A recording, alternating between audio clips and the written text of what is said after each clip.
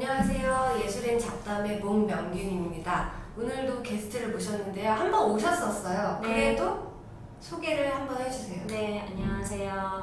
저 마음을 쓰다듬는 예술가 라푼젤 조서율이라고 합니다.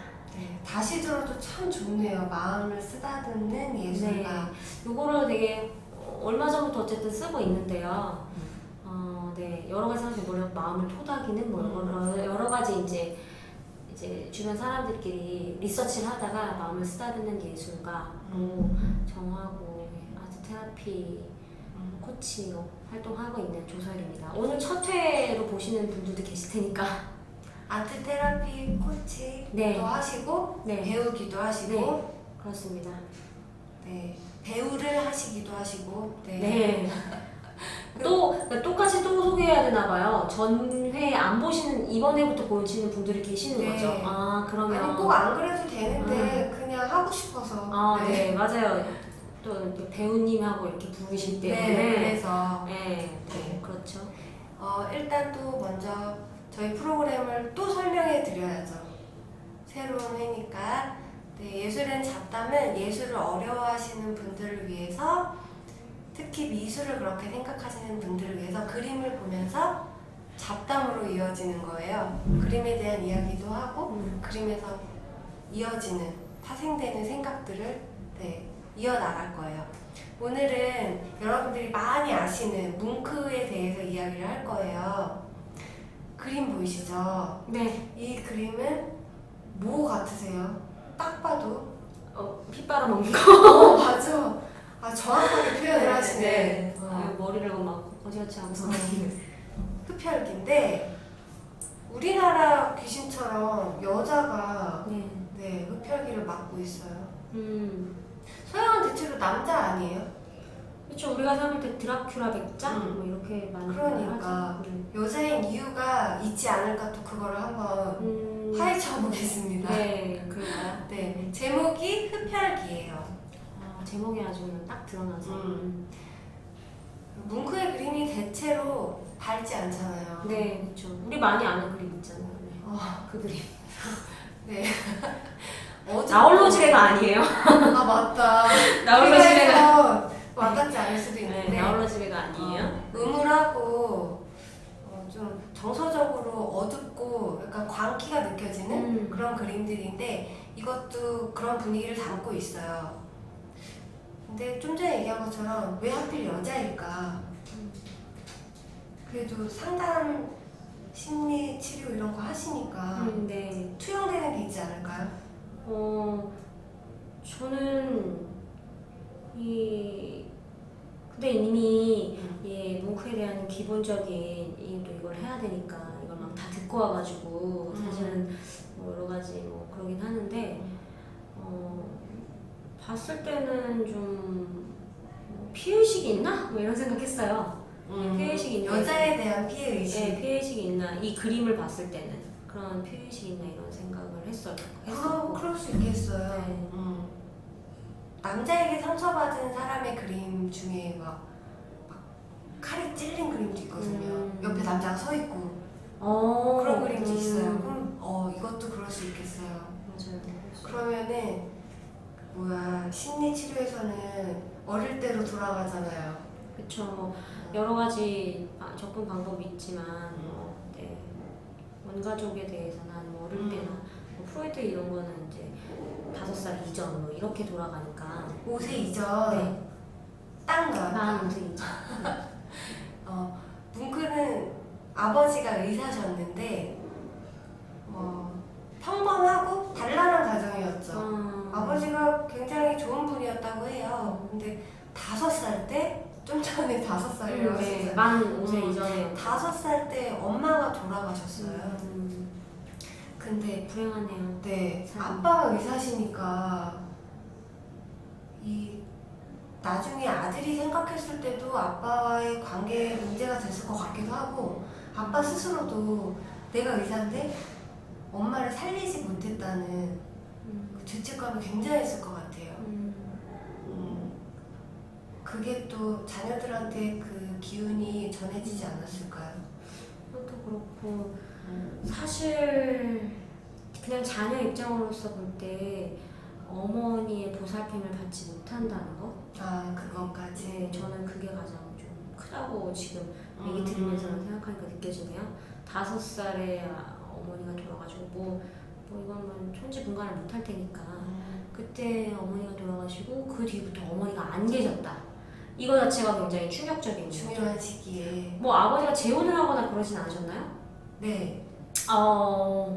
재혼- 누나가 좀 엄마 역할을 하면서 그렇죠. 살았다고 해요. 근데 누나도 이제 네. 금방 죽잖아요.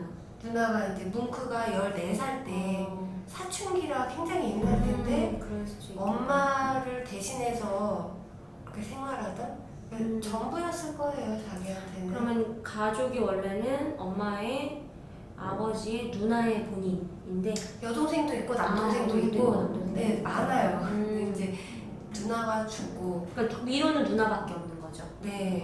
그러면 엄마같이 생각했을 수 있겠네요. 그래서 한 번 더 그랬기 때문에 아빠가 죄책감이 더해져서 그 훌륭하시던 분이 뭐랄까 그 신앙에 너무 집착을 하게 된 거죠. 그러니까 신앙이 나쁜 건 아니고 좋은 건데, 그러니까 광적인 신앙을 하게 되었다고 해야 될까? 네, 그렇게 되었어요. 그리고 이제 그 이후로는 이제 이모가 와서 엄마처럼 해주셨는데 이모도 돌아가시고 그 이모 돌아가셨을 때도 굉장히 진짜 모든 걸 잃은 그런 기분이었다고 해요. 그러니까 그 이모를 심지어는 그러니까 엄마처럼 생각해. 엄마처럼 애인처럼 그러니까 자신의 모든 여성상 그렇게까지 의지를 했는데 그랬고 너무 불행한 사람이고 불행한 삶이네요. 그런 것 같아. 근데 그게 이 그림에 반영이 됐을까? 근데 좀 저는 그런 생각이 들어요. 네. 엄마랑 이제 누나와 이모가 다 죽었잖아요. 너무 집안에 이제 여자들이 다 죽어나가는 어떤 죽어나가는 저주스러운 어떤 그런 느낌? 저주. 네. 가계도의 저주. 그렇게 느꼈을 거예요. 네, 그랬을 것 같아요. 그러니까 우리 집안에는 이런 죽음의 유전자가 있다. 그리고 이제 여동생도 정신병에 걸려서 그러니까 우리 집안에는 죽음의 유전자뿐만 아니라 여자에 대한 어떤 정신병도 이렇게 그러니까 여자들이 집에서 살아남지 못하는데 정상적으로 되지 못하는 그런 집인 것 같은데 그런 생각을 가졌을 것 같아요. 그러면 뭉크가 흔히 알기로는 이제 여자를 무서워하고 죽음을 무서워한다. 근데 이게 그래서 무서워하는 걸까요? 여자를 무서워했다고 들었는데 저는 사실 조금 이게 약간 생각했던 거와는 다르게 여자 자체를 무서워할 이유가 있었나 이렇게 생각이 들었어요. 왜냐면 이 이제 가계도에서 보여지는 이 죽음의 그림자 이런 것을 봤을 때 그냥 뭐랄까 그 무서워한다는 기준이 여자들이 우리 가계도에 들어오면 우리 집에 들어오면 우리 집안 사람이면 뭐 이렇게 생각해서 그러면 이제 여자들이 말하자면 봉변을 당한다. 여자들이 살아남지 못한다. 그 여자가 무서운 게 아니라 여자가 들어와서 생길 상황이 그렇죠. 두려운 거죠. 저는 그게 무섭다고 느껴졌거든요. 네. 그게 무섭지 않았나? 뭐 이렇게 생각을 했어요. 처음에. 나랑 사랑해서 우리 집에 결혼이라도 해서 들어오면 말하자면 얘도 떠나는 게 결혼은 안 아닐까. 하지 않았어요, 뭉크는? 안 했어요. 네, 그래서 그거에 대한 두려움이 있지 않았을까? 혹시. 여자가 우리 집에 들어오면 저 여자 죽어나갈 텐데 뭐 이런 생각. 그런 생각이 들 수도 있었겠다. 네, 그러니까 저는. 마냥 그냥 여자를 싫어한 게 아니라 네. 맞아. 사실 아니 그리고 생각하면 저는 그런 생각 들어요. 지금 생각 든 건데 내가 사랑하는 여자들은 다 죽었다. 엄마도 사랑했고 그다음에 누나도 내가 사랑하는 여자고 최초의 여자부터 네, 죽었으니까. 이모도 내가 사랑하는 여자는 다 죽는다. 그렇게 생각하면 여자를 사랑하기가 힘들지 않겠어요? 네. 그래서 독신이었는데 그래도 사랑을 안 하진 않았더라고요. 근데 너무 두려웠을 것 같아. 맞아요. 근데 불안했을 왜 그렇게 위험한 사랑을 했지? 아 그래요? 또 위험한 사랑을 했나요? 첫사랑을 이제 연상? 연상까지는 뭐 유부녀. 네, 유부녀. 그쵸. 그 위험한 사랑이 뛰어들었죠. 근데 유부녀인 거는 아무래도 유부녀가 아니라 연상인 거는 이렇게 이렇게 엄마에 대한 그런 느낌 때문에 애착? 그쵸. 그런 경우 많죠. 그런 사례 많이 있어요. 그러니까 다 연상들이 많이 죽었잖아. 누나, 이모, 엄마. 그렇죠. 그리고 모성애에 대한 애착 관계가 다 잘 네. 형성이 못돼서 또 이게 자꾸 너무 예술 잡담에서 심리적인 걸 넘어가는지도 모르지만 괜찮아요. 그 유부녀 그러니까 연상만 찾는 또 남자들이 있고요. 네. 유부녀는 어떤 심리예요? 유부녀를 찾는 또 남자들이 있어요. 뭐 자기 안에 그건 좀 여러 가지 다르죠. 어떤 걸로 딱 일반화하기는 그런데 다른 심리들이 있는데 총각인데 유부녀만 찾는 분들도 많아요. 네, 그런 분들이 있어요. 그러니까 자기 안에 이제 어떤 심리적인 기제가 있겠죠. 참 알 수가 없네. 네. 근데 이제 반대로 여자분들도 유부남을 더 좋아하는 뭐 한 번 그러면 계속 그런다는 얘기는 네. 있더라고요. 그런 경우 많이 있고. 그러면 혹시 뭉크는 유부녀를 좋아한 게 좀 철든 여자를 원했나? 그런 사람한테 끌렸나? 저는 약간 다른 생각이에요. 뭐야? 유부녀랑 결혼할 수 없잖아요. 소름 끼쳐. 생각해 이렇게 가지? 유부녀랑 결혼할 수 없고 내가 사랑해도 우리 집안에 들어올 수 없다는 생각? 저는 그렇게 생각했어요. 그러니까 저 여자가 내가 사랑해도 죽을 일은 없다 이렇게 생각했을 것 같다는 생각이 드는데 네. 왜냐면 어쨌든 다른 집안 여자잖아요 이미. 그러니까 우리 가게도와는 약간 다른 그러니까 그런 뭐랄까 약간 주술적인 의미 약간 비슷한데 다른 집 여자 이미 그리고 옛날은 더 그렇잖아요. 한번 뭐 들어가면 이제 그 집안 어떤 그런 그리고 외국은 다 성을 이제 남편 성 딸은 그러지 않나요? 그럼 다른 집안 여자 된 거잖아요. 내성 그런 거잖아요. 그런 거니까 좀 그런 생각 들던데요. 내 여자가 내가 사랑을 해도 죽지 않을 여자. 그럴 수도 네. 있겠구나. 그렇게 생각했어요 저는. 기발한데? 그래서 그러면 내가 사랑해도 죽지 않을 거다라고 생각해보지 않아요. 지난 시간에 이어서 자꾸 나는 놀래기만 하네. 왜 난 이런 생각을 못하지? 난 그냥 엄마처럼 느껴지려면 아무래도 좀 결혼한 여자가 더 이렇게 정신적으로 성숙할 것 같아가지고. 그러면 당연히 있겠죠. 그런가? 연상도 그렇고 결혼한 것도 그렇고 엄마에 대한 어떤 이모에 대한 어떤 그런 투사를 할 수 있는 대상이겠죠. 네, 그러니까 그렇겠죠. 저는 이제 그런 아까 전에 제가 생각했던 것과 연관해서 그럴 수도 있겠어요. 죽지 않는 여자를 원하지 않는 거 않았어요. 아니야? 근데 또 안타깝네. 저번에도 이런 얘기 한 적이 있는데 참 물어볼 수가 없어서. 그쵸. 돌아가셔가지고. 네. 어쨌든 그 여자랑 6년이나 그래도 몰래 사랑을 키워나가는데, 그러니까 여기서 한 가지 여자를 두려워하게 됐을 것 같은 이유는 이제 그 불륜이 이게 그냥 연애하다가도 아니고 들통났나요? 불륜을 그것까지는 모르겠네요. 네. 들통 날 것 같아서 그만뒀는지 어쨌든 6년간의 사랑을 마쳤죠. 근데 일반적인 사랑이 아니다 보니 그 끝이 굉장히 허무하고 허무하다 보니까 사람에 대한 불신이 생기고 그러면 불신이 생기면 그 여자가 가정으로 돌아갔나 보다. 그럴 수 있겠죠. 여자들이 이제 가계도에서 계속 뭐 여자들의 죽음에 대한 것도 죽거나 아프거나 이런 것도 있을 수 있지만 그러니까 제 생각은 정상적인 여성상을 잘 보지 못한 케이스? 정상적인 여성을 보지 못한 케이스이기 때문에 케이스 자체가 여자를 잘 모르는 거죠. 여자를 대할 수 없고 뭐 첫사랑도 이제 그런 여러 가지 자기 심리적 기제 어떤 게 살아있어도 물어봐도 자기가 왜 그랬는지 모를 거예요. 그 여자를 왜 좋아하게 됐는지 모르는 왜 거죠. 웃으면 안 되는데 그러니까 네. 정상적인 관계의 여자를 그러니까 경험을 하지 못한 거지. 여자 자체에 대해서 경험도가 너무 부족한 거예요. 또 그런 여자한테 안 끌리나 보다. 그럴 수도 있고, 그러니까 이제 어머니가 되게 어릴 때부터 부재했기 때문에 여성상이 아마 확립이 정확히 안 돼 있을 거고, 그거 가르쳐 주는 사람이 없었을 거고, 아버지 밑에서만 자랐으니까.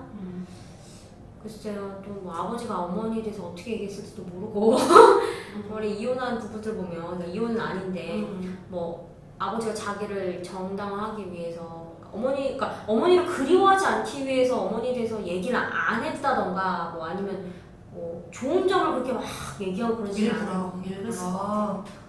그러니까 기억도 사실 없고 여성상에 대한 어떤 개념도 별로 없고 하다 보니까 여자를 제대로 만날 수도 없는데 어떤 한 사람 만나는데 이게 자기 어떤 기재에 대해서 그런 첫사랑을 만나는데 첫사랑에서 결국 배신.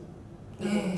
여자 자체에 대한 어떤 그냥 여자 자체로의 두려움이 있었어요. 그렇게 또 이제 2단계로 생겼고 네. 또 한 가지를 유추해 보자면 그 다음에 이제 뭉크를 짝사랑하는 여인들이 뭐 한 명은 아니래요. 모델들도 막 좋아하고 시도를 했대요. 작가들은 또 그런 게 있을 거 아니야. 저 사람이 여자를 싫어하는데 내가 보듬어주고 치유해주고 싶어 이런 생각하는 여인들이 있지. 여자들은 그런 여자들이 많이 있더라고요. 많았나 봐요. 그때도. 맞아요. 근데 그 중에 이제 그 예술성.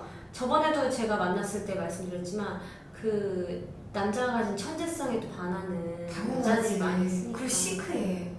그렇지. 나한테 관심 안 가져. 그럼 감히 나 모델인데. 나 모델인데. 잘 빠졌는데. 나 모델이고 저번에 작가는 나한테 막 밥 먹자 그러고 막 술 마시자 그러고 맨날 그랬는데 이 남자는 나 그렸는데 쳐다도 안 봐. 그리고 밥 먹자 소리 안 해. 젠틀했대요. 이렇게. 근데 좀 멋있어. 맞아. 키도 크고 멋있으니까. 멋있는데 나한테 관심 갖지 않아.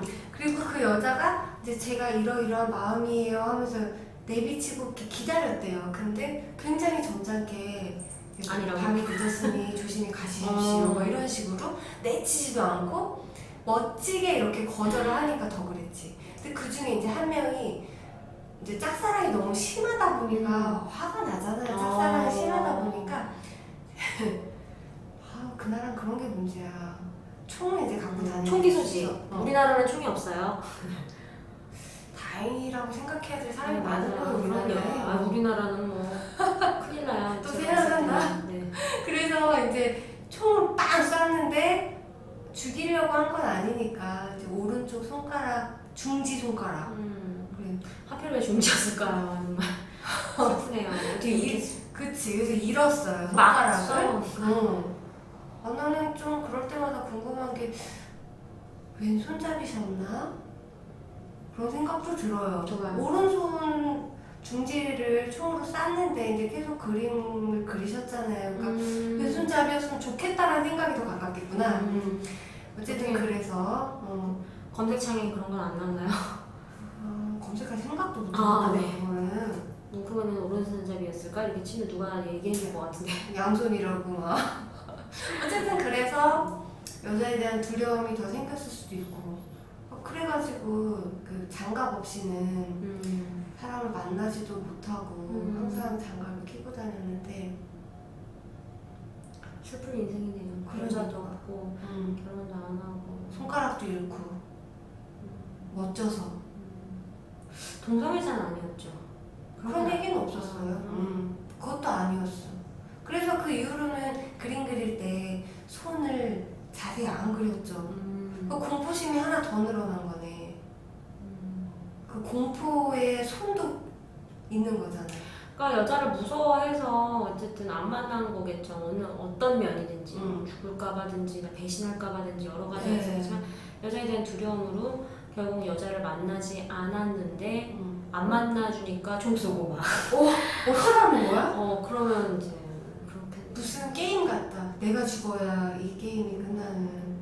그냥 그렇잖아요. 요즘에 생각하는데 삶에 사랑이 없으면 너무 그냥 삶 자체가 우울하지 않나? 그러니까 그림이 다 우울해져.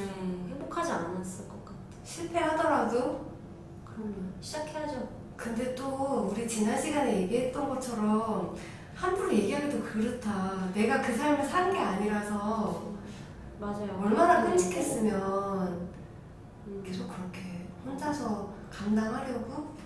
근데 어쨌든 불행한 인생은 확실한 것 같아요. 그러니까 무서워해서 연애나 뭐 이렇게 여자를 멀리 했을 수 있는데 특히 모르겠어요. 현실에서도 뭐 남자가 없는 여자 인생보다는 여자가 없는 남자 인생이 훨씬 그거 안 좋다고 암울하지 않나요? 정신적으로 그렇고 남자들이 여기서 질문 하나. 남자들이 여자 없이 살 수 있나요? 대답 듣고 싶은데. 자, 대답 올려주세요 바로. 실시간으로 해야 되는 거야. 그러게. 마리텔처럼 해야 되는데 방송. 당장 채널 돌아간 거. 우리는 그게 안 되네. 그러게요.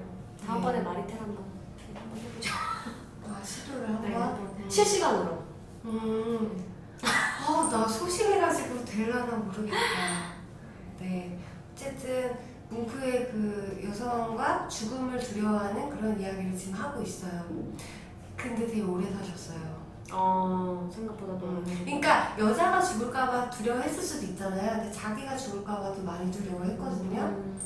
건강관리 완전 철저히 하고 막 이런 거 아니에요? 오래 사셨어요. 오래 살았으면은 일반 예술가처럼 막 맨날 술 마시고 이런 게 아니라 막 반생활 막 칸트처럼 이 시간 제 시간에 일어나서 제 시간에 막 작업하고 그런 식인가? 되게 건강 챙겼다고 들었는데 확실하지 100% 확실하지 않으면. 근데 오래 살았으면은 예술 하면서 오래 살기 쉽지 않은데 그쵸. 정신적으로 힘들잖아요. 그러니까. 근데 정신적으로 원래 힘든 사람인데도. 근데도 오래 살았으면 그렇네요. 가게도 내에서 어떤 죽음에 대한 그림자가 있었으니까 굉장히 건강관리를 철저히 했을 수도 있어요. 그렇게 들었었어. 생활이 좀 이렇게 정돈해서 살았을 수도 있겠네요. 약간 결벽증처럼, 그러니까 사람 관계에서도 그렇게 살았으니까.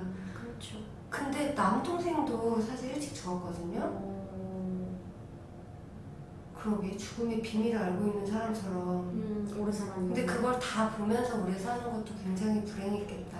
그럼요. 그래서 자기 자화상도 굉장히 불행하다고 써 있어요, 그림에. 어떻게 여기서 질문이 오래 살고 싶으세요? 어떠세요? 오래 사는 게 좋으세요? 나 전에는 그냥 그러진 않았어요. 골골대면서 오래 살까봐. 그냥 행복하게 살 만큼 살다가 좀 일러도 괜찮고. 요즘에 사람들 그런 게잖아요. 100세 인생이잖아, 100세 시대에. 네, 정말 100세까지 사는 게 가장 저주라고. 그러니까 어떻게 100세까지 살지 모르잖아. 그러니까 100세를 사는 게 저주라고, 오래 사는 게 저주라고 엄청 얘기 많이 하더라고요. 그래서 제가 그걸 들으면서 저도 그렇게 막 굳이 그렇게 오래 살고 싶진 않다 이렇게 생각을 했거든요. 그래서 여쭤보는 거예요. 어떠신가 해서. 네, 이런 얘기를 해도 되나? 저 동생이 죽었어요. 어릴 때 동생이 죽었고. 우리의 얘기는 항상 이런 얘기를 해도 되나 하면서 하는 내용인 것 같아요. 많이 봐주시면 다행이에요. 어쨌든 그걸 보고 지금은 이제 시간이 더 흘렀으니까 이제 아빠도 돌아가시고 그걸 나도 다 봤잖아요. 네. 근데 너무 힘들 때는 내가 이런 걸 다 봐야 되나? 아빠는 그래도 아니 아빠도 젊으셨어 그 정도면 그랬는데 또 시간이 조금 지나고 나니까 생각이 조금 바뀌는 게 내가 이제 오래 살아야겠다고 생각했을 때 옛날에 스트레스가 다시 와가지고 일찍 죽으면 어떡하지? 뭐 이런 걱정도 은근히 그도 그랬을까? 그러게. 내가 스트레스 엄청 받고 막 불행하고 막 살기 싫었을 수도 있지 않아요? 그걸 다 보면서 그 여동생이 정신병 걸린 것도 너무 슬픈 일이잖아요. 죽은 게 아니라 계속 아프고 있으니까. 여동생 그린 그림도 되게 우울하거든요. 근데 저 그런 생각해요. 저도 지금 뭐 오래 사는 거 자체에 대해서 막 이렇게 생각하지만 그건 불행이야, 그건 저주야 라고 생각하지만 사람은 그 삶에 대한 욕망이라는 게 진짜 그때 되면 뭐 살겠다고 막 그럴 수도 그때가 있어요. 아니라 지금 당장도 그런 것 같아요. 저도 말로는 그리고 기본적으로는 그렇게 삶에 대해서 막 집착하는 그 편은 아니거든요.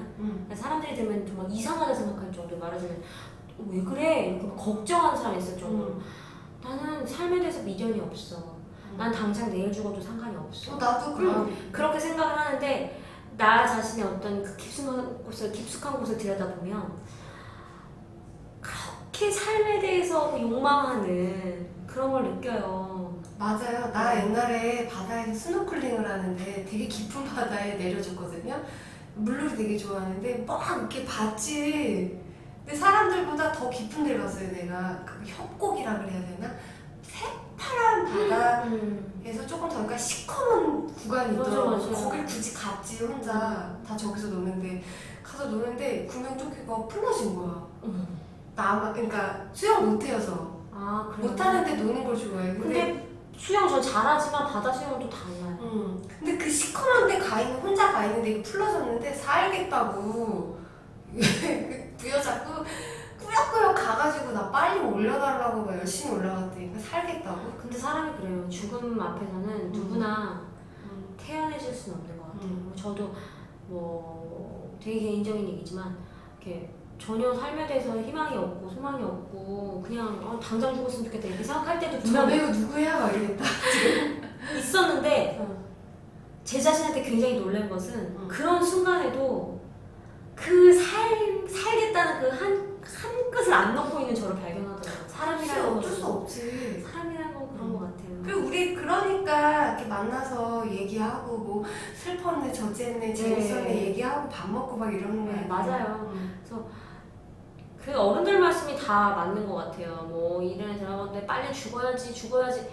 아유 그거 다 거짓말이라고. 어른들 빨리 죽어야지 하는 거 다 거짓말이라고 하는 게 그런 것 같아요. 내가 그렇게 말하고 있고 진짜 마음속에서 그런 마음이 있기도 하지만 정말 사람의 본능 자체는 그 삶을 막 갈구하는 생명을 막 붙잡고 싶어하는 죽음을 멀리하는 죽음을 두려워하는 죽음은 누구나 두려워한다고 하잖아요. 심지어는 저는 이제 그런 이제 뭐 이런 심리 이런 좀 자살 예방 뭐 이런 거 이제 센터 같은데 일하고 하는 대부분 아시겠지만 자살하는 사람들도 죽는 그 순간에 후회한다고 하더라고요. 죽음을 맞닥뜨린 딱 그 순간에는 후회를 한다고 하더라고요. 마음이 너무 두렵고 진짜 아프다. 네. 그러니까 그걸 결심하기까지도 굉장히 오랜 시간이 걸리고 혹은 그게 되게 충동적으로 요즘에는 그러니까 충동적으로 순간적으로 그러니까 뭐 우울증이 있다고 하면 충동적으로 그냥 죽겠다 하는데 실제로 죽는 순간에는 너무 두렵고 굉장히 후회한다고 하더라고요. 근데 내 생각은 그래. 그 충동도 그 이전에 굉장히 긴 그렇죠, 시간 맞아요. 그런 준비 기간이 있는 거지. 그러다 삶 어느 자체를. 날 고민할 틈도 없이 그냥 그렇죠. 충동이 온 거지. 일으키는 거지. 그 지금 저희는 죽음에 대한 이야기를 하면서 뭉크를 이해하려고 하고 있어요.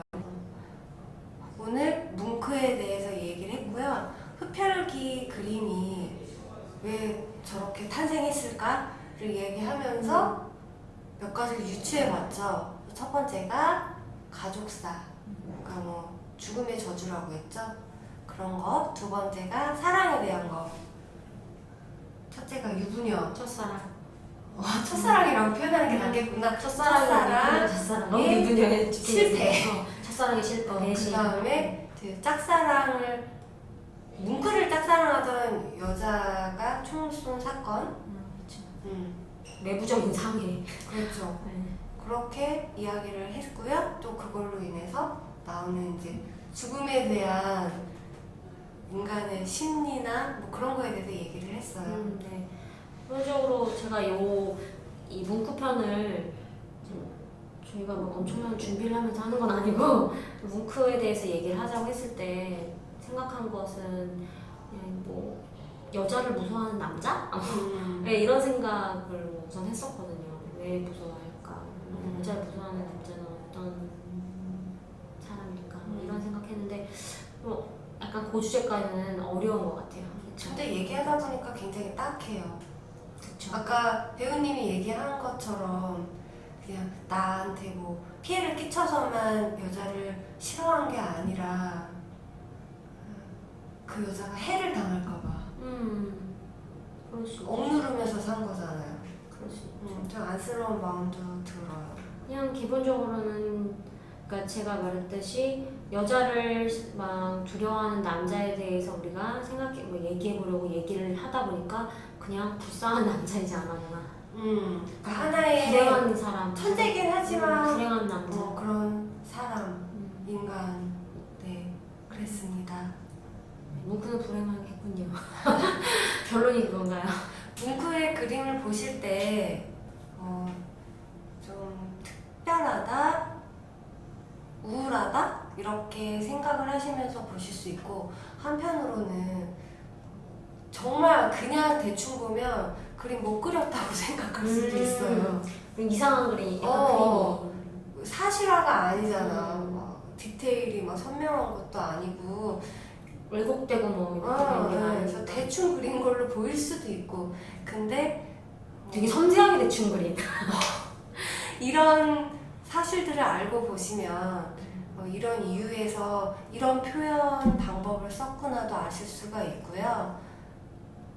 그 손을 아까 디테일 얘기했잖아요. 손을 대충 그린 것도 그리다 말았나? 그리기 손을 막 잘 못 그리나? 이런 게 아니라 손이 되게 어렵죠. 그리기 어려워서 못 그렸나가 아니라 어떤 자기 자신의 어떤 손에 대한 그런 맞아요. 것이 있었으니까. 네, 그렇게 보실 수도 있겠습니다. 제가 저번에 나와서도 얘기했지만 아는 만큼 보인다는 게 이걸 통해서 한 번 더 얘기가 되는 것 같아요. 또 저번 편 안 보신 분들은 그 편을 보시라고 네. 말씀드리는 건데 뭉크를 생각할 때 전혀 모르시는 분들은 왜 저렇게 뭐 많이들 아시니까 뭉크는 그러지 않으실 수 있겠지만 왜 저렇게 그렸을까 생각했을 때 이런 어떤 저번에 깔린 그런 것들을 보시면 뭉크 그림을 이해하는데 더 좋을 것 같네요. 네. 그래서 이상 도움을 드린 방송이었습니다. 네. 그리고 다음에 또 나와주실 거죠? 네, 뭐 아마 나오게 되겠죠? 감사합니다. 제가 생각하지 못하는 부분들을 잘 말씀해 주셔서 도움이 많이 될 것 같아요. 보시는 분들께도. 네. 그럼 이만 저희는 여기서 인사드리겠습니다. 저는 목명균이었고요. 저는 마음을 쓰다듬는 예술가 조서윤이었습니다. 네. 안녕히 계세요. 안녕히 계세요.